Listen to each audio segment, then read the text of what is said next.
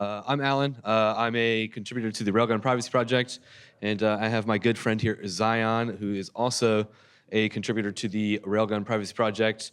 And this will be a bit of a Tweedledee and Tweedledum bit of conversation, I being the dumb one. And I guess... It's right here right now. yeah, cool. So we're going to talk a little bit about history of Railgun. To start out, we'll keep it brief. We'll keep it interesting. So Railgun got started probably in early 21, and the goal was to try to make a more feature-complete privacy mechanism. At the time, the only options to get privacy on chain was either to go to a centralized exchange and risk that they shut down like Mt. Gox or FTX while your funds are in there, or to use a mixer, right? And mixers weren't really feature-complete, and that really wasn't ideal. Even whenever Tornado Cash Nova came out and they allowed arbitrary deposit sizes and withdrawals, there were some security assumptions in there that were pretty undesirable. I think it was at the time they had architected it such that it bridged by OmniBridge to XDAI, and that's a pretty big security assumption. Bridge liveness and security is something that has to be appreciated. And so Railgun was like, hey, we're gonna do this differently, right? And there was going to be a couple of really important considerations to the architecture. I won't bore you with a lot of them, but it's been a really long-winded, very interesting ride of gas optimizations, trying to figure out what works, what doesn't work. And it's really quite funny. Back before, what was it, 1559? What was the cool gas EIP that they did? Right? 1591. Was it 1559? No. Smart people in the back. 1591? I think it's 1591. Anyway, gas was really quite expensive back in the day for Railgun. In a 21, a Railgun transaction was something like $180. And today, the gas is a lot more. A few cents now at the low gas cost. Yeah, so if it's like 0.0 Gwei, we get like maybe 4 to 5 cents, which is really, really sick. And so it's definitely been a long ride. But we've been after feature completeness, right? So anything that a public address, a private address would be able to do, and the architecture has really gone after that pretty aggressively. One of the big differences for Railgun that doesn't really happen for a lot of privacy protocols for EVM is that there is really proper key separation from the snark proof. I don't know if you want to talk a little bit about that. So within Railgun, we use a public key system to verify instead of providing the private key directly into the circuit. So it gives you an abstracted way to prove ownership over the underlying asset rather than actually giving off the key to the circuit and then proving it in a zero knowledge proof that you own it. So it gives you ownership over it full way through the process of signing it. Yeah, and so having that sort of separation also allows a little bit of flexibility on the signature side, which makes it really particularly cool for things like hardware wallet support. I think, have ZK Knox people talked yet? Not yet. Yeah, they're going to talk later about some really cool hardware wallet support stuff, so stick around for that. That'll be really sick. But then it also allows for MPC. I don't know whoever's up there, but if you can play the first video, that'd be sick. And so, yeah, Railgun has a really sick multisig architecture. We're going to talk a little bit about that now. Take us away, dude. All right, so here is the multisig application we've produced. Right now, we're logging into our multisig account.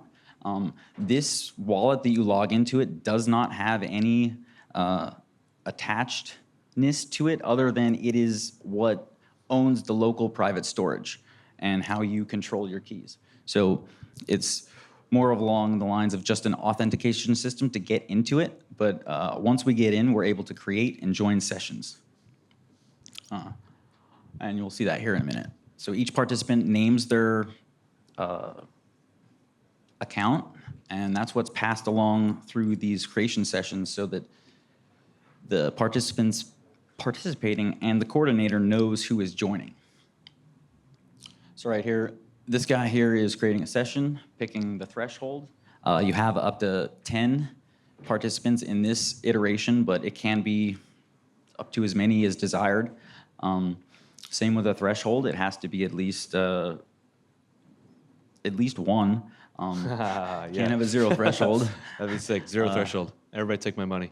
So right here, the session name and the symmetric key are what allow you as a participant and a signer to communicate securely with the parties in this multi-party signature. And what are we using for the communication infrastructure there? So that's Logos messaging. It's a private mixnet slash libp2p solution for decentralized serverless communication between applications. And that's what powers this entire process. So right now the coordinator is waiting for the participants. He has received the coordinator's response. So once all the participants have joined, the coordinator in this process assigns the roster out and the participant IDs so that they can then generate their share within this process.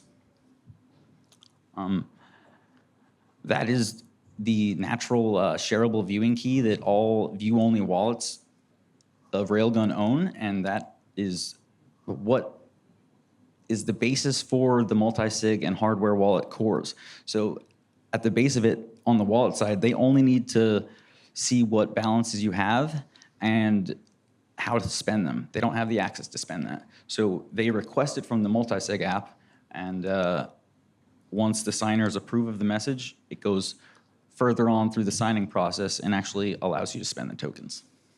Yeah, so this unlocks a lot of really important things that happens in the world of crypto. So who here's ever used a multisig?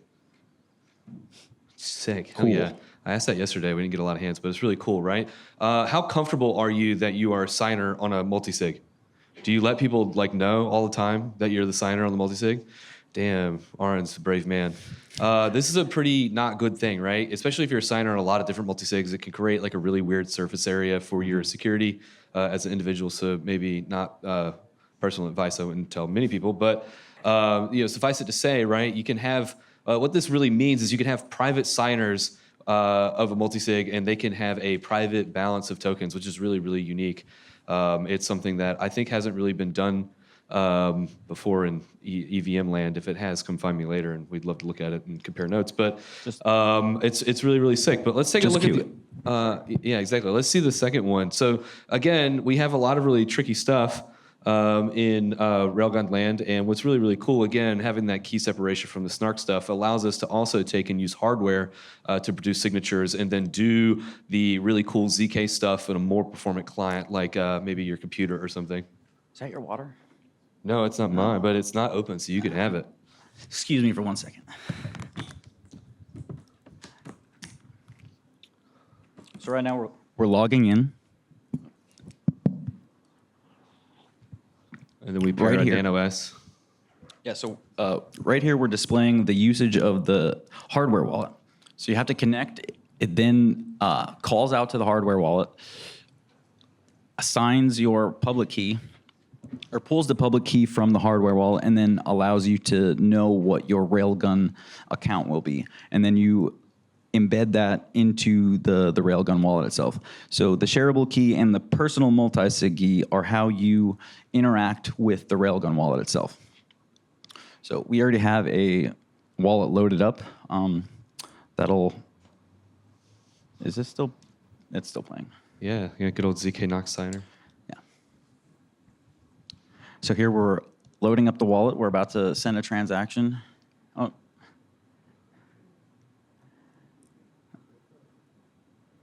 Is this the right one?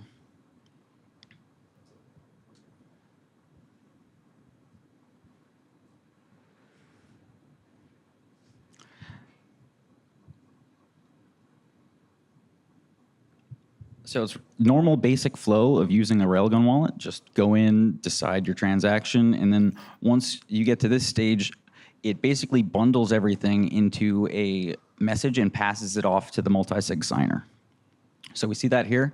All the data required in the sub-transactions. So every Railgun transaction can be a conglomerate of multiple Railgun transactions inside of it.